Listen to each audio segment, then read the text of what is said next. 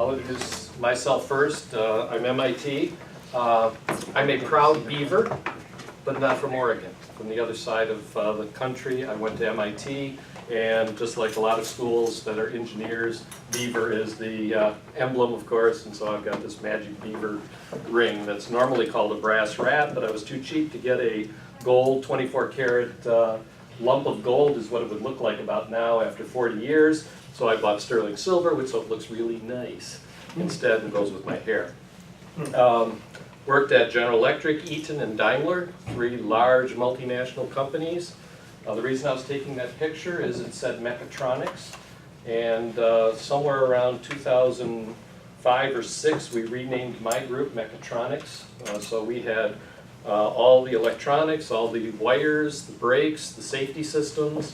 I was involved with transmission controls and engine controls, so we were a combination of mechanical and electronic for everything that we did.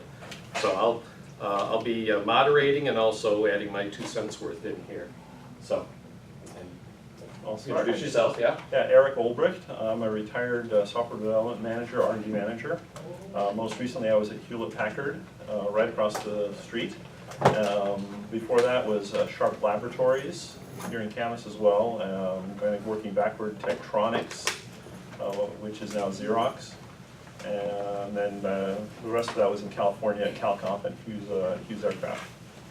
So I'm not sure if that's enough, but that's good. That's what I got. That's good. Our host from Simplexity, Dorota. Thank you. Yeah, so hi, I'm Dorota Shortell. I'm the CEO of Simplexity Product Development. I'm a mechanical engineer, so I will pretend to know electrical engineering stuff, but other than the 2 classes I took in undergrad, I'm not going to pretend to know much more than that. And I started out after my master's degree as an engineer working in basically a predecessor version of this company doing product development, and then quickly moved up to being a senior engineer and then a project manager, and then moved up here to to run this office and grow this office. So I went from engineer to manager pretty quickly, and then to CEO. I took over for the founder about 6 years ago. So any kind of questions about moving up, I'm happy to answer those. Great. David?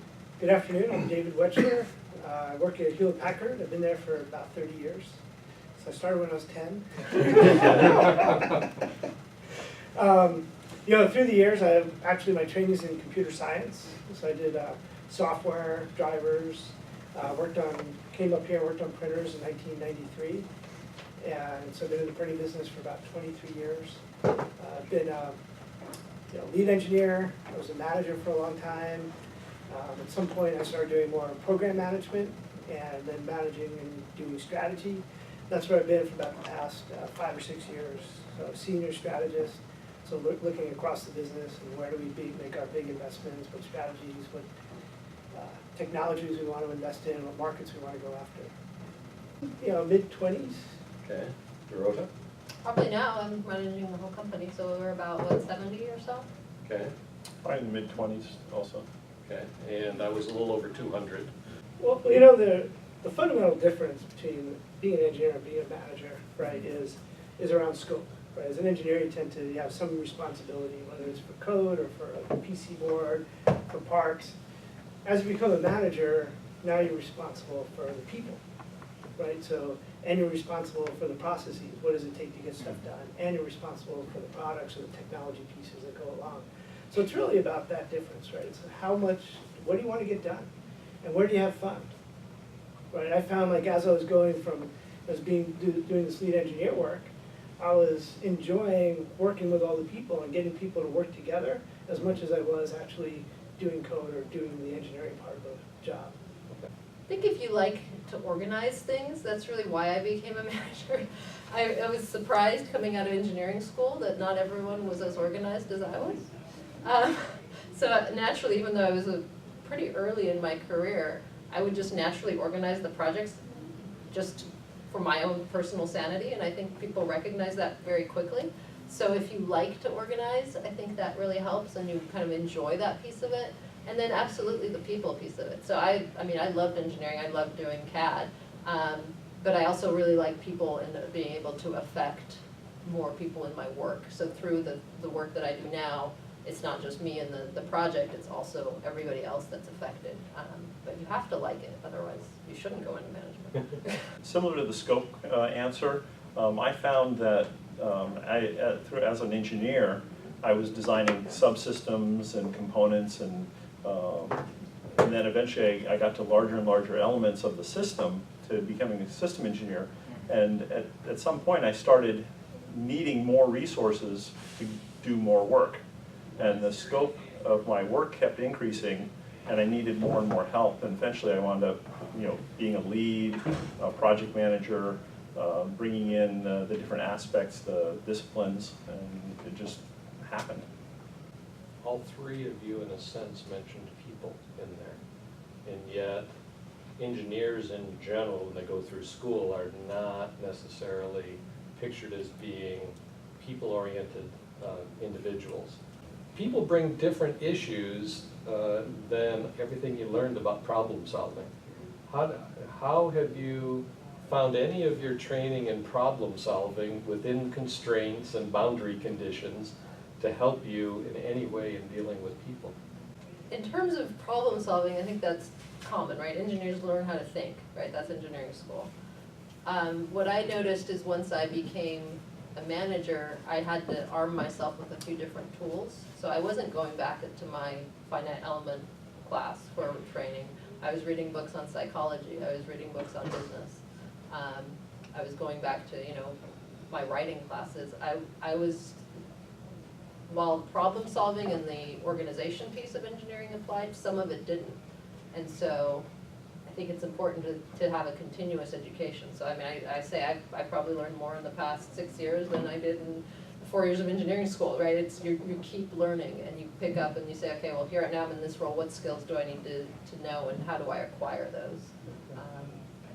So the thinking is the same, the skills change. The engineering skills I don't think helped as much, the correlation wasn't quite as strong. I did have to relearn a little more about how to deal with people, some of the softer skills. I'm more of an introvert, and I've had to be a little bit more extroverted to deal with people. I took some various management classes, read some books, things like that, to get things, and that's all just common sense. It's just a matter of sometimes putting a vocabulary, some kind of tools to help you understand different personality types, how some people react to things a little bit different. So developing more soft skills. In my engineering, which is now more than 40 years ago, I didn't really have any significant team-oriented assignments where I had to work together as a team to develop any of my skills as on the softer side. How about the three of you? Did you have, in your training, did you have team activities? Dorota, yes? Yeah, absolutely. I mean, I went to school 20 years ago, so it's probably a little bit more recent. But I mean, both in classes, even starting freshman year, we had team projects, and then senior year, in addition to the classes, we're doing like mini Baja and other team projects. And then my grad school, actually, that's really when we talked about Myers-Briggs, and these were engineering classes. It's really, I think the engineering education has changed to look at that. So in my master's program, there was talk about how do you form a good team, and what does a team do, and why are teams not successful. So I think the education is catching up with that, and I don't know currently what is engineering management. In your training, have you got team exercises, team assignments that you have to do? In school, I had probably 2 big projects in undergrad and 1 in grad school, but none of them talked about. Pick your partners and get to it. Okay. Well, education has changed significantly, not just even college. I know from my kids, they work in teams from day one. Yeah. And I represent the PSU's engineering school, and we have a graduate program, like you were referring to. We actually formalize what you have done informally, and we have 2 of our students who are also engineers working and getting our degree. It's engineering and technology management. Matches the society, exactly. Yeah. And giving that type of skill set to the engineers.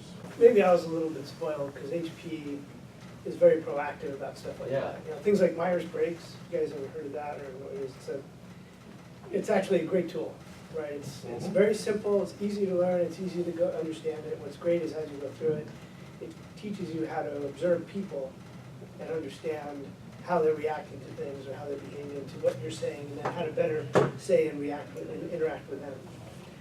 But there's lots of tools that are out there like that. So, like I said, I was a little bit spoiled in that regard. But there's other ways to learn. I know, like growing up, I've always kind of been in leadership role, right? I'd be in the club, somehow I ended up as president of the club. Right, or I'd get involved in some organization as I got older, and somehow I ended up on the board of directors. Right, so there's always opportunities for that outside of work. Sometimes there's small organizations or bigger organizations, could be charities, right, could be clubs, where you can learn about those interactions and do things where there's very little risk. Right, compared to like if you're at work and you're worried, oh, I'm gonna go into a manager role, but I'm not gonna be prepared for it. Right, well, if you're on a club and you're on the board of directors or president of the club, the risks aren't as big. Right, they're not gonna affect your career, but yet you can still learn how to interact with people. And the other thing is mentoring. Right, there's, whether the mentor is within the company that you're in or outside the company you're in. Right, and sometimes, being involved in extracurricular activities, you meet people who are a little bit different, have been involved in different industries, and they can become mentors as well. Yeah, my preparation, it was very technical. My education, we did not work so much in teams. My undergraduate as well as my graduate is really individual technical learning. On the job, I was always working with teams, but there wasn't really training or emphasis in trying to develop the skills to lead a team or be a manager. So I kind of had to develop those as I progressed in my career. As my scope increased, I slowly brought on those skills that I needed. If you're going to take an employee and you're going to promote them into a management role, what skills are you going to be looking for that they already have that give you the confidence to put them into that leadership position?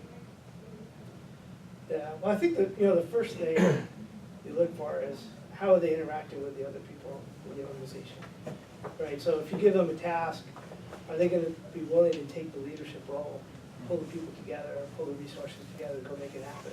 Because if that's number one. They have to be able to do that. They have to be able to interact with folks, right? And not leave, to use the term sometimes, not leave a weight behind, right? So if every time they're involved with a group of people and then everyone's grumbling about it, or there's negative behaviors, right, that's a sign that it's not gonna work out. But some people, you see it, they excel at that, right? They excel. It's like you get 5 people in a room, they're always the person who's gonna be pulling folks together and helping to organize things and make it happen. The other piece I look for is accountability and follow-through. So there's engineers who are great engineers, but I know that if we don't remind them about something, or they said they'd do it, but maybe they got really busy, and they are great technical contributors, but they're not managers, because you need a manager to be self-sufficient and accountable and on it no matter what, no excuses. So as a manager, you gotta figure it out, no matter what it takes and how busy you are and what other commitments you have. So the people that I know I can just hand a task and it'll get done and I don't have to remind, those are the ones that move up fast. The ones that, yeah, they still do it, but they just might need a little bit extra reminder. Not very often even, but there's a difference. So that's one of the things that I've noticed is you want those people that are just, they figure it out. You don't have to babysit, you don't have to handhold, you don't have to remind. But it's a similar thing. So if you throw a bunch of people into a room, somebody winds up being the leader. There's a natural tendency of individuals to lead others, and so look for that. But beyond just that leadership, they really need to understand the bigger scope. Why are we doing things? How are we going to go out and do that? How are we going to organize the effort? And I've worked with different individuals that have had that, and we usually wind up mentoring them a little bit, taking them aside and helping them to develop those skills. So, And communication, we should say that, it's kind of a key one. They know how to communicate and how much is the right amount of communication. Whether it's, keeping people informed and not overboard, but usually with engineers it's under. There's like too little communication, like let people know what you're doing and who's doing what. Can they overcome that? Can they be a manager without having the technical skills in your company? I would say no. I've always had a very strong technical teams, technical individuals, and the managers and the leads for those really need to understand the technology. They don't have to be able to do the work. They don't have to be able to do the coding, the software development, but if they can't understand the technologies and understand the implications of those, they're not going to be successful managers. But what's most important is understanding how the work gets done, right? So, you know, if you're managing MEs, right? So my background is computer science, right? I've managed MEs, double E's, computer science, firmware, software, just about everything, right? And what matters is you understand the process of how it gets done, how products are created, or how the work is done within your company. What are the, you know, what needs to happen, make sure people are talking to the right people, right, the right things are getting done. That's the most important, right? And you have to understand the terminology and the vocabulary as part of that. But does it absolutely require to know, like if I'm managing MEs, do I need to go and be able to do CAD? No, I don't think that's required. Yeah, but I think it has to be related enough. So, I mean, if it's a biology degree and they've been working in completely different industries, I don't think it could work. If it's a biology degree, but they're working in similar industries. You have a biology degree manager working for you, so. So It let's. does, but he might have the expertise on doing technical work, separate from his work, right? So separate from his degree, he was building parts in his basement and was doing very much kind of product development, testing type work. So that was an easier fit versus someone who'd been not at all exposed to that type of work. So I'd say there's gotta be something else about them that is related enough that they can understand the type of work that we do. It can't be just completely out of left field. So. To your point, Dorota, the person that I hired to do all the videos on my website, for instance, he actually runs a video photography training website now and stuff. But he's a biology major. He just, you get your degree and then you keep learning and you find that your degree is just a degree in learning how to learn, if you will, and you find that you're interested in a whole bunch of other things as you get older. There's always the great example of John Scully at Apple. He was a great success as a CEO at Pepsi, but then when he was hired in to handle Apple, well, it didn't work. We often look, at least at the CEO level, that people, they're people managers. They're not process oriented or they're not deep technical oriented, and they can manage anything as long as they can motivate people, keep people to task and accountable and things like that. But it's not always seems to be the case. It depends on the kind of management they're doing somewhat, because the really project managers are in the technology and they have to understand it a lot more. I think maybe higher up in an organization, it's more sort of common skill set that's less technically deep. So we don't have those layers because we're small. Yeah. But I know the ones that are right there on the ground managing the engineering work, if they don't have any background in that, it'd be really hard for them to understand, well, does it take 2 weeks or does it take 2 days, and what's the expectation? Because you develop that over the experience. Now, if you're a few layers up, I don't know. Never underestimate the value of culture. Right, so every company has its own culture, its own DNA of how it operates and how it works, how people interact with each other, how things get done. And culture will eat strategy for lunch every day. Yeah. And the reason Scully failed is because he didn't work within the culture of Apple. He tried to change the Apple culture. A lot of CEOs are brought in specifically to change the culture of a company because the board or the shareholders or the activist shareholders, if somebody decides, hey, they're not doing the right things, we need somebody who's going to change. Founders are often replaced by investors because they don't have what it takes, then the original founder's culture isn't going to get to the kinds of things that they want. So how do you deal with that? Culture takes a long time to change. Strategy is a lot faster to change. So when CEOs are brought in to change strategy, I think that's an easier task. Culture takes, it's possible to change it, but it takes a lot of work because every single person in that organization has to change the way that they've just been brought up in it. And I don't know how often it's done really successfully. It can shift.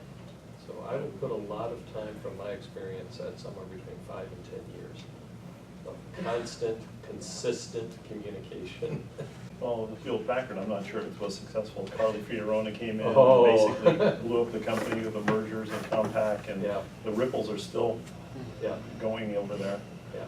So They're trying to create 2 companies now. now they're doing splitting much it better, apart, and it's, Yeah, yeah, it's still a mess. yeah. I mean, the culture was essentially very much disrupted through that process. And yet, speaking of HP, it's not the culture that I grew up with in the 70s when it was Hewlett and Packard just coming out of the garage, you know, maybe like the size of your company, Dorota. You know, that culture certainly, from what I read, disappeared when they purchased Compaq. It became a different That was company. Fiorona. Did you do anything specific to say, oh, I want to be a manager, I know I'm going to need this kind of skill, I'm going to go take this class? Not so much. I more or less stepped into it and got training as I went. I didn't, I always thought I'd go back and get an MBA, but I never got around to it, and I haven't really needed it. So no formal training, other than I did co-teach a class that I taught the engineering side, and the chair of the entrepreneurship taught the entrepreneurship business side, so I kind of got that by teaching the class. And then I've been doing a lot of self-learning for, years in terms of reading books and learning and just being interested in it. Yeah, continuous learning. Yeah, I never stop reading, and the podcasts that are out now are awesome. Yeah. I've learned, both from a business perspective and a personal perspective as far as interacting with people, managing with people. There's so much content out there.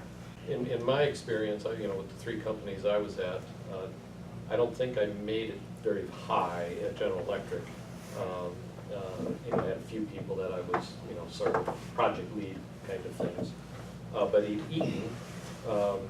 Eaton was was fairly large. It was about $3 to $6 billion a year in sales back then in the 80s, and they followed pretty much everything that General Electric did. So they had their own corporate headquarters for training exercises and stuff. And so if you were identified as a high potential person, or you could get yourself identified as that, it opened up certain courses that you could take, in order to be able to prove that you're going to be ready to be a manager and stuff.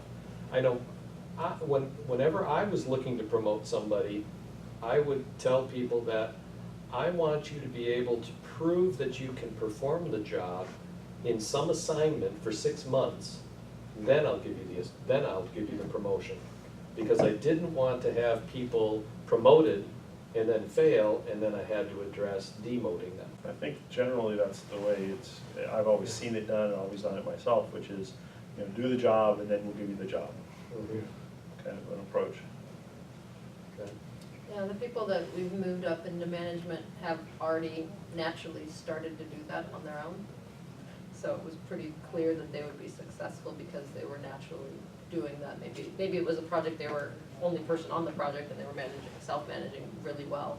And then it's like, well, if they're doing that good a job self-managing, we can extend that to the point of saying, well, they can likely manage more. So there's usually some clear indications that it's going to be a success before we just sort of blindly say, become a manager, we'll see how it goes. David, you mentioned, doing work at church and some other things. I've often looked at people to see if they have some leadership skills by looking to see, if they've done some other things outside of work, because they may not be motivated by a lot of things at work sometimes. Dorota, you mentioned communication. There have been more than a few people in my employ, or my supervision, that I put into their training plan Toastmasters, because you need to learn how to make a presentation succinctly, convince people of doing something. Have you done anything to help your people with their communication skills? don't think specifically Toastmasters. I don't think if there is anything specific that we've done. I think we give them opportunity, I mean, since we're such a customer-facing company, all of our engineers, when we interview them, they have to have communication skills or we don't hire them. There's different levels of communication skills, obviously some excel, but if they're really bad, it's not a fit for this company because everyone is customer-facing. So that everyone has to be able to explain the work they're doing and have some level of being able to communicate. That's part of our interview process. So I haven't because and then the ones that excel do it naturally. So I haven't specifically said go to Toastmasters. Maybe I should, but it hasn't come up, yeah. So I think Toastmasters is a good idea, but it's a commitment to a lot of people. Being able to communicate is absolutely necessary for team development, teamwork, and then moving into a leadership position.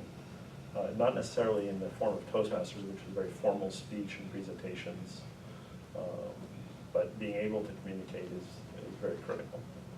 I was actually talking to a business owner, has about 40 people, and he's bringing in millennials and stuff. He can't communicate with them this way. He has to do it via texting and messaging. They would be sitting there looking at their phones waiting for something to be said rather than doing that. And I bring it up because one of the presentations I went to this week was the legal ramifications of things being in writing. And I've had more than a few engineers who needed more than just a spell checker. They needed an attitude checker or an anger checker before they sent that email. Where does written communications fit into how well a leader has to communicate? Yeah, well, it's critical. Now, the old style of the formal memo, right? I can't remember the last time I've seen one or written one, right? You have to be able to talk either by text or email, and it's all those communication methods. They're all there, right? So, and not that you have to be perfect, right? I know VPs who don't have perfect grammar, right? For whatever reason, but you still have to be able to communicate. And that is critical. So you need people who aren't shy to use the different methods, whatever they are. And some companies have their own internal systems, right? Some will allow or not allow texting, or they will, but I'll tell you, email is a fundamental business tool. And be able to critical skill of email, right, is clearly describe whatever it is you're trying to communicate in short, succinct sentences. Right, because sometimes I'll get these emails from they're trying to describe the whole world to me. And really all that mattered was like 3 sentences, right, out of 3 paragraphs. I'm like, keep it simple. Yeah, it's interesting, the other CEOs that I communicate with, it's always very short, very quick. And the people who are earlier in their careers seems to be longer. Although I love millennials, and we hired some, and they are great employees, so I think they get a bad rap. I think it's great because they are efficient and they are on it. And yeah, but things sometimes are done in a text format that's quick. So there's some adaptation that we got to do as well. But yeah, we've trained we've coached people who are not as naturally skilled at what's the right type of email to write. You don't want to go on forever, but you also have to provide some context sometimes. And then sometimes you don't start with, well, here's the horrible news. It's like, wait a minute, there's one little thing that's wrong and there's all this other positive, and you're like, start out with like, the engineer always finds the problem, right? So it always wants to communicate, well, here's the thing that doesn't work. Okay, yeah, that doesn't work. We'll share that, but maybe say all the things that also do work. So there is a talent in terms of how to communicate effectively and what's the right tone to set. And I mean, we have a rule that any formal document has to be read by another person, like any quote, any report or something, just to double check not just grammar and spelling, but also tone. That obviously that's not possible for emails, so that's just more of a coaching for some people. Yeah, I just want to add one more thing. I didn't really talk about the millennial part, but millennials are changing the culture in the workplace. There is no doubt that it's a transformation that's happening, right? As they come into the workplace and as they're in there longer and into more leadership and management roles. So things are changing, and I think it's in a good way. There's always going to be this evolution, right, about how you communicate. 10 years ago, you look at the amount of email that was versus written mail, right? And today, there's no written mail anymore, right? And probably 90% of business communications are email, right? So there's always going to be an evolution of how that, of how things get done.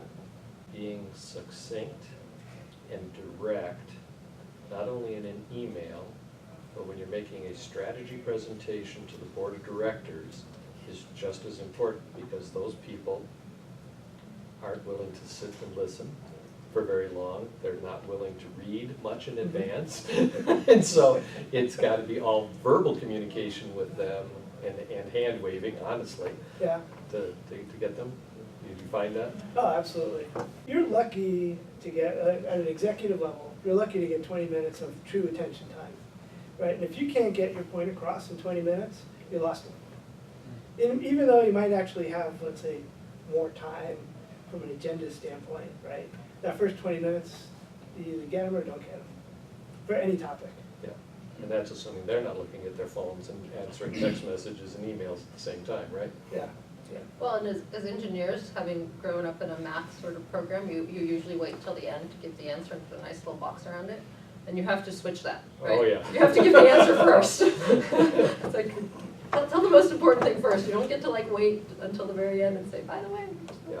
here's the golden nugget. The communication isn't so, just with the millennials, and we're dealing now more and more with various cultures, whether you're doing with international businesses, but we're also hiring international people. And so you really need to have very clear and succinct communications to cross that cultural barrier sometimes, language barrier. It's extremely important. Try and send a really verbose request to a Chinese supplier. Mm-hmm. You'll have 5 questions buried in your paragraph, and you'll get maybe half an answer on one of them. Yeah, bullet points, lists, numbers, lists. Yeah. Very Short. clear, very short. Clear to the point. Yeah. Mostly not even bullets, numbers. Numbers? Yeah, otherwise you cannot reference to Which one of the Item number, questions yes, that that's is true. not answered yet. Have to do the same thing. People and working with people, and Myers-Briggs type indicator, MBTI, if you ever look it up, or DISC is another one that you can do. There's lots of different ways of looking at it. It's not only good for your career, it's also good for your personal life with your spouse, to figure out, how and why you get along or don't get along, and even with your children along the way. I've found in my personal experience that MIT made me take a humanities course every semester. And of course, I didn't want to do that. I'm paying, thousands of dollars to go to this big school, for engineering. Why do I have to take, the history of revolution in France and, the history of the Bible and all of these other things? And yet, when I look back on my career, those are the things that lasted, the things that I learned about how to deal with people from those humanities courses and the history courses that I took, because history does repeat itself, whether we want to or not, were the things that stayed with me, whereas the engineering, I'm constantly building on it and constantly learning because it's always changing. In your training, in engineering, did you have to do anything with humanities courses? Not so much. I went to liberal arts undergrad school, so yeah, I had required humanities, I had a required religion class. It could be any religions, I took religions of the world. And the writing skills were actually hugely useful. That's what I tell engineering students now, is pay attention to those writing classes, because that's the difference between, I think, engineers that are good engineers and engineers that then can do other things than engineering, is how well they can communicate and write. So those skills, I think, set people apart, if they are good engineers and they're good writers and good communicators. You still need to be a good engineer. I mean, if you're a bad engineer, Doesn't matter. yeah, you're a lot, but. Does the typical specialist in solid state physics have to become a systems engineer or something to move up that ladder towards management? How do you move from being a sole contributor, technically deep kind of person to to having that scope and that systems engineering thing? Does it just come naturally, do you, or what? Well, I think the engineer has to understand why he's doing something. He has to understand how it's being used and how it's being applied, how it fits in with the greater scope of the products that it's being integrated with and such. But to be a manager of a deep technical team, he can still remain fairly focused, deep with great understanding of the processes and the tools and leading those people to do that fairly narrow thing. But at the same time, he still has to understand how it all fits, and so there is a broadening. I think you can't be too narrow, but you don't have to be the world's greatest generalist. I'm guessing that it's kind of a personal decision on the part of the individual to decide that they want to do more than just deal with the strong technical, how do I make this semiconductor chip work with 2 angstrom capabilities rather than 5 microns, rather than, well, I want to see how this chip can help me teach kids to write software more easily. Or it's how to manufacture the chip. How do we work with getting to the next level, the next generation, and so on. I don't know if it's necessarily the totally getting out of the technical thing into the application market. Not sure I'm answering it. No, Yeah. You know, the difference, not every engineer needs to become a manager, right? There's a lot of fun in being an engineer, right? Which is probably if I look at the times when I had the most fun at work, it was probably in some of the engineering roles. But I also have fun as a manager, right? So if you're not enjoying the job, it's not the right fit. That's probably number one. The other thing is, the biggest difference is, do you want to solve the problem? Do you want to be the one working, with the fab team to solve the problem and get that and learn how to do that?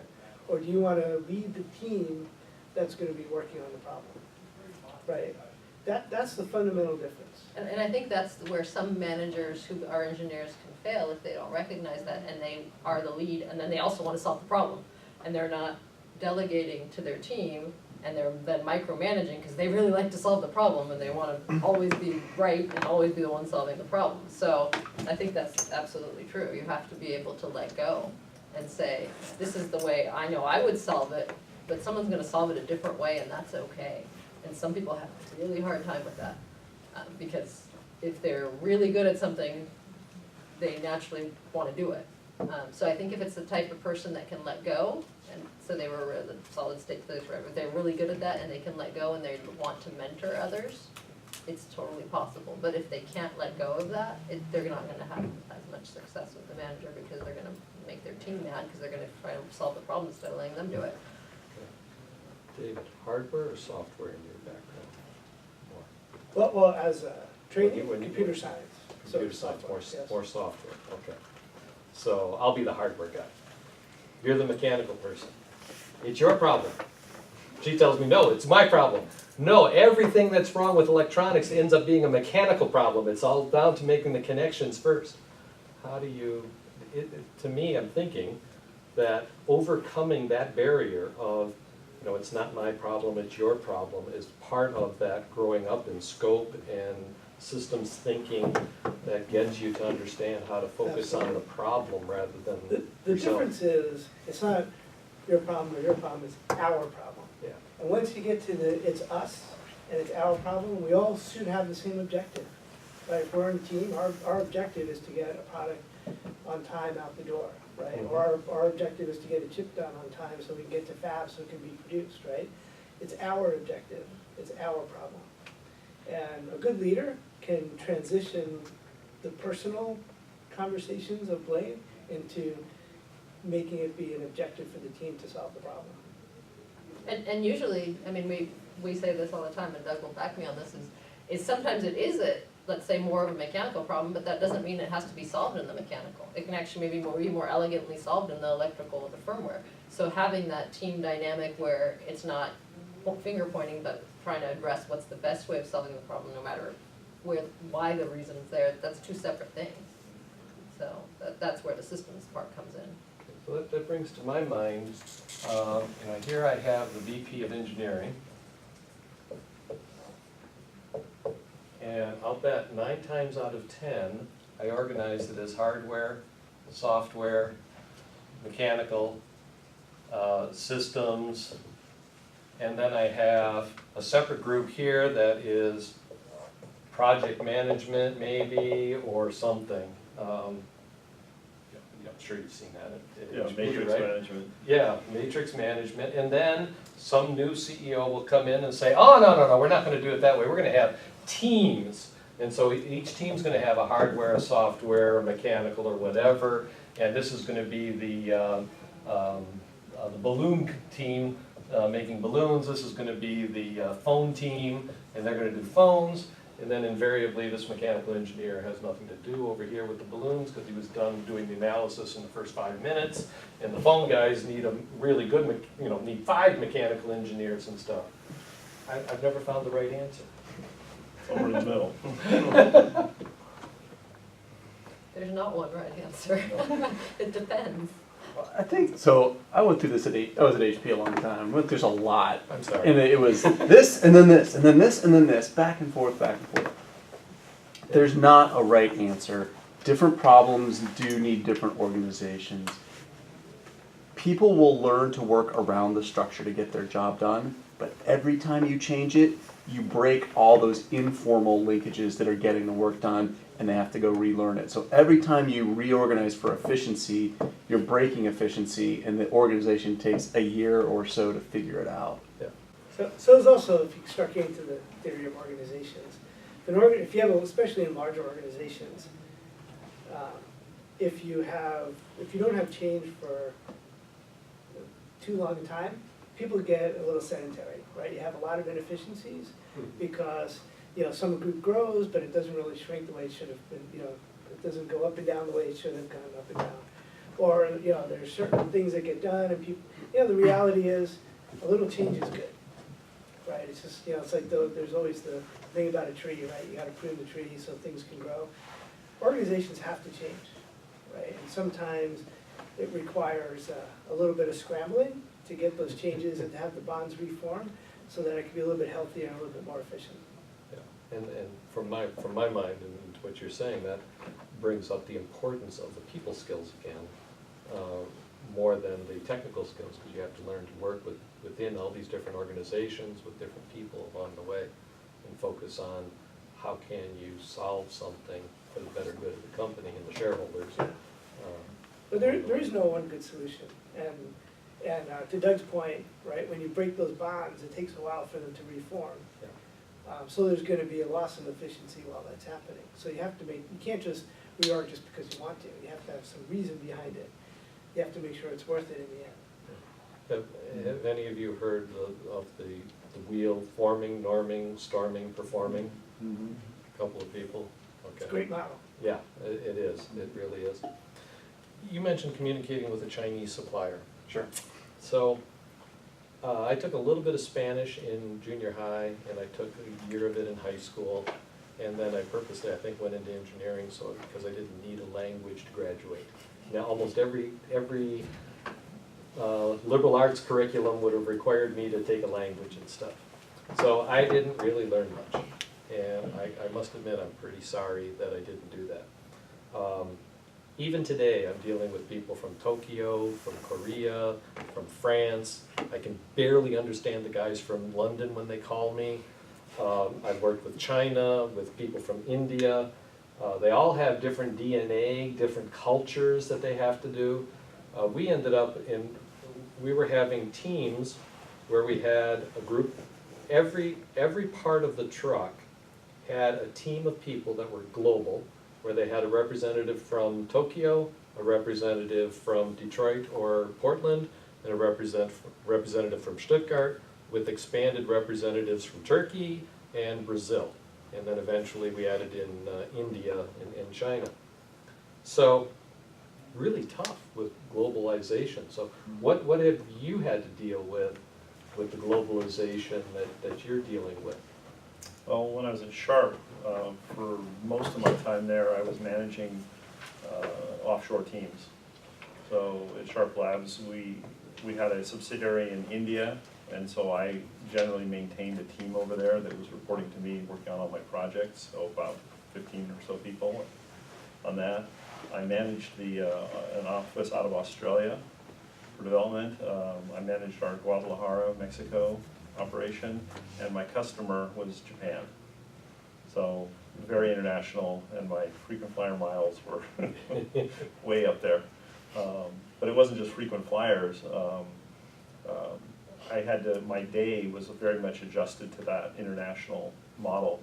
I'd get up in the morning, go to work, come home, have dinner, and then get on the phone. So it was always a split day because of that time. So international was very much part of my my operation, my day. How about the difficulties with dealing with all those people? So for instance, you mentioned Guadalajara. I've dealt with the maquiladoras down there. And there was a period of time in the 90s and the early 2000s where most of the people working there came up from central Mexico, worked for about 6 months, had enough money, and then left. And so we had extremely high turnover rates in the plants down in the maquiladoras that caused problems. Getting when a Japanese person would in a meeting would say, "Hi," I thought that meant yes. I've learned that means I heard you, yes. It doesn't mean I agree with you. And then Indians have a carrier wave. Yes, I understand you. I'm listening to you. I thought that meant no for a while. No, that's no. It works. Yeah. There's a I difference. kept getting no from my classmates, and I was like, "But you're saying yes, but you're." It's a carrier wave. Yeah. So there's a lot of cultural things. So you have to learn to understand that hi means yes, we're communicating, not yes, I understand or agree. So. In German, I learned that if you table something, it means you bring it out on the table and we're going to argue about it right now until it's settled. And in the US, we table something, we shove it away, and never talk about it again. So I'm lucky because I'm trilingual, so, and that actually does help me, I think, connect with clients and with vendors. Even though I wish I spoke Chinese or something like that, I speak Polish and Spanish. But it does help because I was born in Poland, and even though I didn't grow up there, I left when I was 5, I understand kind of inherently different cultures, so it's a little bit easier for me sometimes to connect and be culturally aware that there's a difference, because I've seen it in just sort of the social interactions I've had. And sometimes, when we were working with Spain or Guadalajara as well, it was nice because I could practice at least a little bit of Spanish. My Spanish is not at the same level as my Polish, but at least at one point in time it was fairly fluent. It's just kind of gone down. But even the clients we've had, like in Switzerland, just being able to have that kind of European connection helps. We have worked more with Asia, so that is more of trying to learn what those cultural norms are because they're not as natural, but just even having that other experience I think helps in business, even though sometimes they're kind of very small little personal things, and paying attention to, like, the word kindly is used a lot in email communication with Asia. And so I noticed that, and I started to mirror that back, in terms of, what's the cultural norm of how that's done. But I think that is something that's important. That's where your liberal arts anthropology classes, come in. Is you want to pay attention to what are those cultural norms, and you want to show respect. And it's my emails to my, the Asian vendors are different, and I have to be a lot more careful about word choices because even when you disagree, there's that extra layer of respect of, dear and more, kind of a little more formal in the language.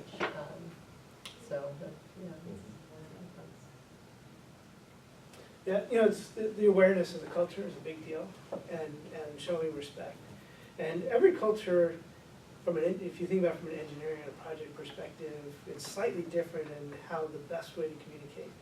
In some cultures, you really need to send some written communications before you have an oral meeting. The phone meeting, if you send it ahead of time and then you talk about it, you can be much more effective than if you just try to talk about it and send the notes after. right? Sometimes face-to-face is critical, right? Certain cultures, you really have to be, to do anything important, you have to be in the same room, right? So being aware of what some of those things are, and then also taking an interest, right? When you're working with somebody and there's a different culture, learning a little bit about their history or their town, and then being able to ask about it. One of my first management jobs, back when I was still working in San Diego, we had a team of engineers from Singapore. And so I was managing, I was probably about 20 or 30 people on the team. Most of them were US engineers, and there were about 4 that were working from Singapore. And it was interesting, at the end of the project, one of the engineers, the male engineers, come up and says, you know, I've never had a woman manager before. And it's okay, it actually worked. It was kind of this interesting thing, like, that actually worked. And so it's kind of interesting that it didn't occur to me at the time, because, you know, even though we're still in the minority, there's a lot more women managers, that would even be something that someone would be concerned about. But it was kind of that different cultural norm, and I mean, we had a very good relationship. It was just this observation that kind of like, okay, well, how about it work? To that point, Yeah. A lot of people are dealing with companies in Israel and Qatar and other places, and, I don't know exactly how it would work there in some of the cases for them to have a woman, since they're, often not able to go to schools and do things and stuff, so. And some of those people could have a tremendous problem with dealing with a female from another culture, because it's not in their culture at all. Well, and look at, Hillary Clinton as Secretary of State. There were different places where, she couldn't do certain things because she was a woman, because of culture, no matter what her high-level status was within the government. My son's about 35 right now, and he has said to me over the years that he didn't want to make the same sacrifices for family that I ended up making in order to become a manager, to get involved in things, to move up the ladder. All the frequent flyer miles you get means that you weren't home a lot of the time, that you probably didn't make every award ceremony, every parent-teacher conference. And my wife still reminds me of that. Right. And so, he claims he's not willing to make those sacrifices and stuff, but, there will be something along the way. So, how has sacrifice worked into your ability to advance within engineering into management, and how do you feel about it now? What would you recommend to people who aren't there yet? Well, there's always going to be some sacrifice. I mean, you're trying to help the company, you're trying to help the team, you're trying to, and that requires certain commitments of your time, and hopefully you can separate that. A lot of people have such trouble, and I actually have a little bit of trouble separating my work life from my home life. But you have to be able to do it at least reasonably successful. I think things are changing in terms of how people view work and life, and it's a lot more integrated. And I know in other generations that was always bad. I don't think it has to be bad.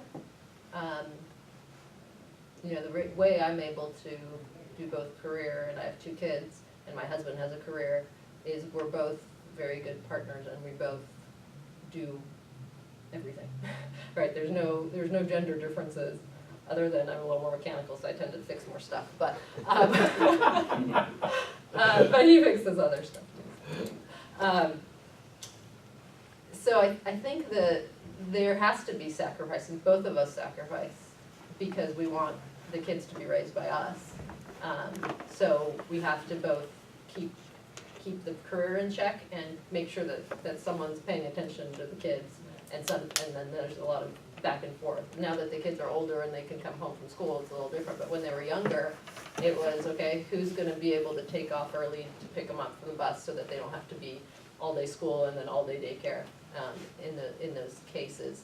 And so I think companies are a lot more attuned to that and are willing to allow for that, whether it's men or women, and whether it's because you have kids or because you have elderly parents or because you wanna go do something fun.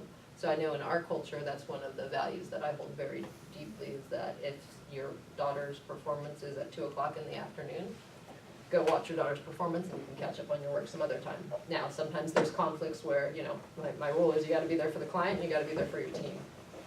And you can't, that has to be, but that doesn't mean you have to be here from 8 to 5. And so I think that one of the advantages you were saying, I think, David, that with the millennials, that things are changing in the workplace. And I think that's one of the advantages, is that people are willing to be more flexible to make life and work together and not have to be so compartmentalized and still be successful in both. But that means each has to give a little bit. Right on. And the technology enables that. Yeah. Like being able to work at home, you know, there are times when it's like, it's funny, I'm traveling and I have my iPhone with me, and it feels like I'm getting as much done as if I was at work. But right on around the flexibility, right? And sometimes, you know, if you're working with Asia, as an example, right, with the time zones being different, you know, I know I've done this where, you know, I start in the morning, and if I worked all the way to the end of my meetings, I'd work a 14 or 15-hour day. You can't do that. So you take the middle of the day off, right? And you get home when my kids are home from school, right? Or you know, you go do something else that you normally do in the evening, you do that at 3 o'clock in the afternoon. So there's ways of being flexible, right? And I think the culture has already changed to enable it, and the technology is a big enabler. From my perspective, I find that's easier being an engineer, you know, where you say the one thing, you have a customer or do it for the team. But if I'm in manufacturing, as a manufacturing engineer, I have less control over that because I gotta be there these particular hours. And I've had family members who were in manufacturing engineering and they were worse than a police officer or volunteer fire department because they had to be on constant call for anything that happened with those machines, and they would end up having to interrupt all kinds of family things because that machine came before a person. Yeah. So you got it good if you're in design engineering, is the point. But you know, there's lots of jobs that are like that. It's not just engineering, right? If you're a firefighter or a firefighter or a policeman, right, you're gonna have to have shifts that aren't normal shifts. And so there's lots of careers that are like that. It's not just being an engineer. Almost all of you mentioned that the millennials are changing the workspace and offices right now. How do you envision the future when they become managers in the future? What do you anticipate that will change? Maybe things will be more fun. Yeah. Well, it has, as we said just a minute ago, that it's changing to integrate life a little bit Yeah. more and accommodate those things. And I think it'll just continue that way, so. Yeah, and I mean, things are mobile, right? That's whether millennials or not, that's technology. So we're getting less and less tied to our computers, from, it used to be desktops to, you know, laptops to tablets and phones, and as the technology progresses, you're not gonna have to, you know, do that. But then also the travel might be affected, you know, now we've got video conferencing, so you don't have to travel as much as VR and virtual, you know, reality improves and so forth. There might be opportunities that'll also change travel and how much you have to be there now.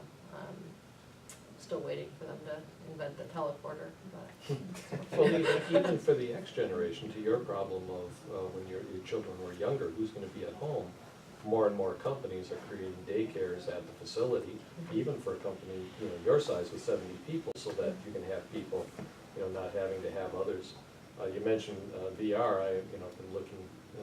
It was very prevalent at several different trade shows I was at recently, and saw some excellent opportunities of where it's going to be used in the future to do training. But I'm looking forward to the time when I can reach out with my hand in virtual reality with goggles on and shake somebody's hand, so that I don't have to do, you know, so much travel in order to accomplish it.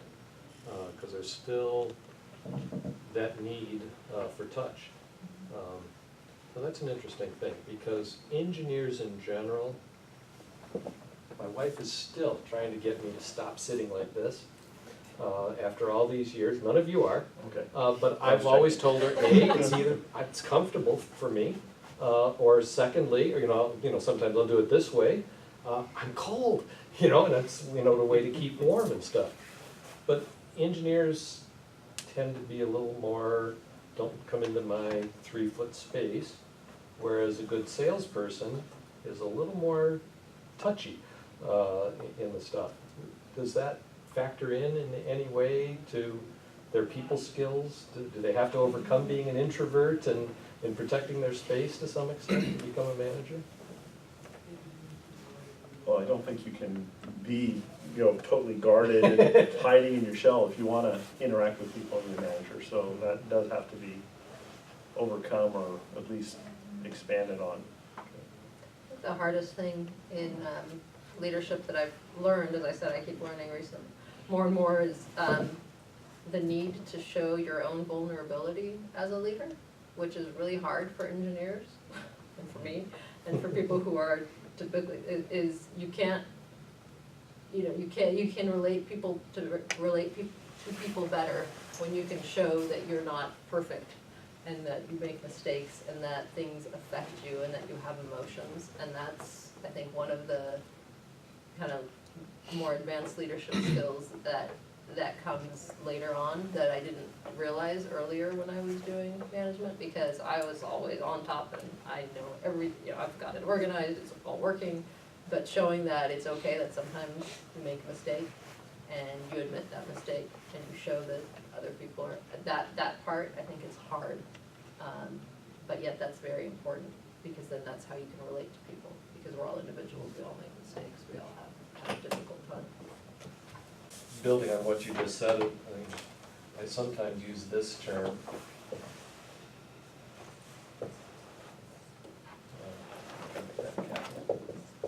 And it goes back even to what you said about the emails and different things and how they have to be done. Here's us engineers.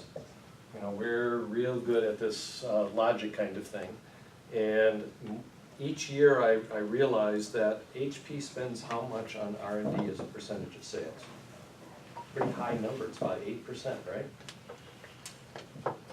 No, it's a lot lower than that. It used to It's be. lower than that. Yeah, It's much It lower. used to be Probably that. about- I'm trying to remember what our latest financial, probably closer to 3%. Ooh, 3%, okay. 3%. So that means that there are how many people in a company that are not logical engineers by training kind of thing? Most people are the emotional. And, understanding that vulnerability and things comes into play. And if you're writing an email and you're trying to get somebody, whether it's a board of directors to agree to something, or it's an individual customer that you want to make a change to their spec because it'll help the cost situation, or you're asking for more resources to be able to get a software program done, you want them to be able to take action. And you can't get to this without going through somehow appealing to a person's emotions somewhere, whether it's blue sky opportunity, or fear, or personal ego that's going to help them with something for a customer. And so I like that, bringing in the emotion Well, that you people have to make have. decisions based on emotion as much as we justify it with logic. Yeah. Well, even if We do it all the time. Well, if you're doing a website design, you have to have a call to action somewhere. And somehow all the things you use with the fonts, the pictures, the words for communication are all leading to what action do you want the person looking at that website to come away with. In your roles here in the Northwest, my management at the time was down in the Bay Area, so that's a very different area where you're 60 to 80 hours a week. What do you typically think you're putting in hours for the company a week on average in a management role? I log my hours like a lawyer because I have to. We're all billable. So they're not billable hours anymore, but I still log them. I'm between 50 and 55 usually. Sometimes under 50, but that's all. That's excluding lunch, excluding everything else. So it's not that I don't count that. So yeah, around 50, I'd say on average. I'd say about the same, 50-ish. Yeah, you know, I think it's, when you say as a manager, I think the reality is, there's people who work hard, right, whether you're an engineer or a manager. I look at my hours now, it's not too different than when I was an engineer versus a manager, right? Because if you work hard, you're gonna get your job done. You're gonna get your, you know, whatever goals you have or objectives you have. So it's not like you're gonna work less, or you're gonna work more. I mean, it's, you Well- still have to put a lot of time in to get things done. But you don't show up at 8 and get to leave at 5. That's the, I'm seeing in That's correct. in the management culture now that, and again, it comes down to the company culture, where you're expected to be still checking your emails and responding at 11 o'clock at night, and again at 6 in the morning. And that's not a very big window, especially with family and other things. Yeah, so I mean, I do kind of do the 8 hours in the office, but then I do the stuff at night because I wanna be home, but that's also a choice. I think people have to make choices, and, since my husband also works in the evening, cause he's a professor and he's grading papers, when our first child was born, we sort of made a decision, well, we'll be here for dinner and when the kids are up, and then we'll work at night, and since we're both working in the same office at night, it's kind of time with my husband, working, it's a whole thing, so, but that works for our family, it doesn't work for every family, right? How big of a deal would it be if you didn't do that work in the evening? Like what would the company be missing out on if that waited until 8 in the morning the following? If I did that every time, I wouldn't have enough hours to get the stuff done that I think is important enough. So I don't do that always, but if I only did 40-hour weeks, always, there's just things that wouldn't get done. So these are tasks that you've moved from 8 to 5 to later in the evening, not things that came up. You didn't get an email at 9 and you're, I have to reply to it. I don't have to reply to it necessarily, I Okay. choose to, and, I mean, I like to work in the evening, it's Yeah. actually quiet and I get more done. I don't work in the mornings though, cause I'm not a morning person, so I don't do the 6 AM emails, but I do the 11 o'clock emails. And I think the managers do sometimes, and engineers, everyone, people, sometimes think that it's so urgent you have to respond right away, Right. and that's probably not true, right? Right. So you have to set your own boundaries and say, you know what, and I never work on Friday and Saturday nights, and I try not to work at all day Saturday, and most of the day Sunday, and just kind of, I set what my boundaries are, and unless it's urgent, I don't respond. Sure. But that's my own kind of, this is the ground rules we set in our family, it's different, but different ground rules. So I think some companies push you to do that, and especially the Bay Area, I mean, that's where I did grad school, I knew it was crazy, that's part of the reason I left. I think in Portland and in Vancouver, people are a lot more understanding that people wanna have lives in addition to work. My late night work was typically to help the offshore teams, the teams that are on a Yeah. different schedule. Yeah. Because they have to wait till my morning for the answer, that's their entire day. Yeah, they've lost it. So Yeah, I get me that. giving 1 or 2 answers a night, for me, basically gets them through, can double their productivity. Yeah, definitely. But if somebody locally were to ask me the same question, I might say, well, I'll answer that in the morning. Yeah, okay. So if I were an MBA grad though, and I went into one of the large consulting companies, Deloitte or PwC or something like that, I would be working about 90 to 100 hours a week. Do that, yeah. So I think that's kind of a key point, is these are kind of cultural norms. What is the expected length of the workday? And it varies region to region, but company to company too.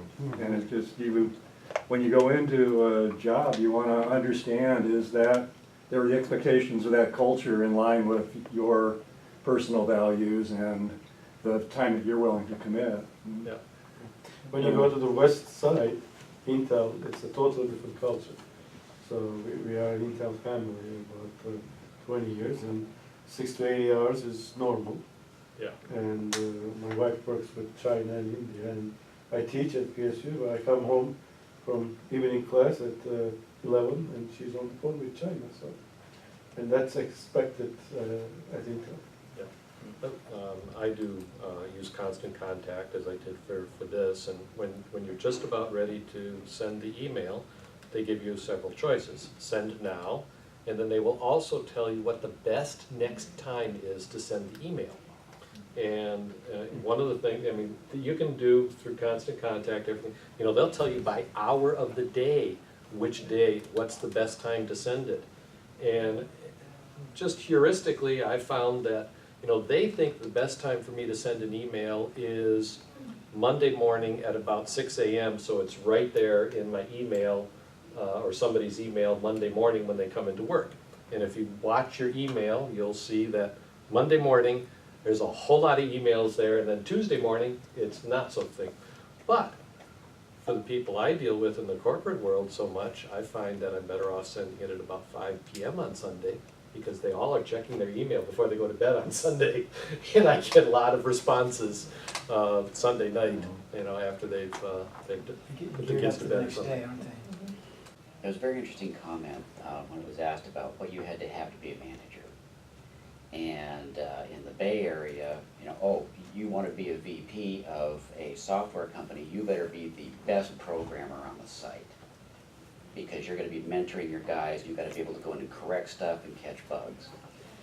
Versus up here, where you're an engineer, you're not qualified, your personality isn't right to be a manager, you don't belong in management, you shouldn't be managing people. Here's your pizza, go back to your queue, right? Any comments or feedback on that, out of curiosity? So I don't think it's all the way to the other side, because, you know, some of The the. .coms tend to be, you know, you have to I have a think you're exactly CCIE right. to be able to manage a group of people provisioning switches or Right, routers. right. But it's, I mean, the reality is, the things that make a great engineer are not the things that make a great manager. Sometimes both of those come together, right? There are definitely people where it comes together. But typically, they're not always the same, right? And to expect that, right, it's gonna really either reduce your population of the people who could be at that point, right? Or it's gonna reduce the capabilities of the person in that job, right? They're not gonna be able to do a great job as a VP because they're spending too much time being a programmer. Or vice versa, right? Like, wouldn't you rather have, if that's the best engineer for the job, wouldn't you rather have their talents being utilized as the engineer? And Yeah. I don't it's understand cultural. that. It's that cultural, culture. and when you're in a very small company, Mhm. you wear a lot of hats. Okay, yeah. So if you're the engineer in the company and you're the director, you end up owning pretty much anything that's powered in the business. Sure. Whether it's a server, somebody's laptop. Yeah, sure. You But, end up but I've owning- seen engineers promoted to manager who really shouldn't be manager, and it's like, well, great, you, not only do you have this team that's being poorly managed, but you've also taken away one of your greatest resources. The thing I've been seeing kind of recurring over the last couple of years is they start talking about healthy company culture and non-healthy culture. And that's why I was curious about your feedback for that, because I think from what I'm hearing from you is the same thing I've kind of come up with, that there are a number of cultures that are maybe very popular today, but are very out of whack with their expectations, so. Yeah, I mean, I became a manager not because I was the strongest engineer. I was a good engineer. I could get stuff done, but I had the people skills. And I have some great engineers who don't have the people skills, and we put them in the technical track and they excel. And I think HP is pretty good about having a technical track that mirrors a management track, so you can still, you know, compensate people at the same level as manager. You don't have to become a manager to get, you know, salary, so.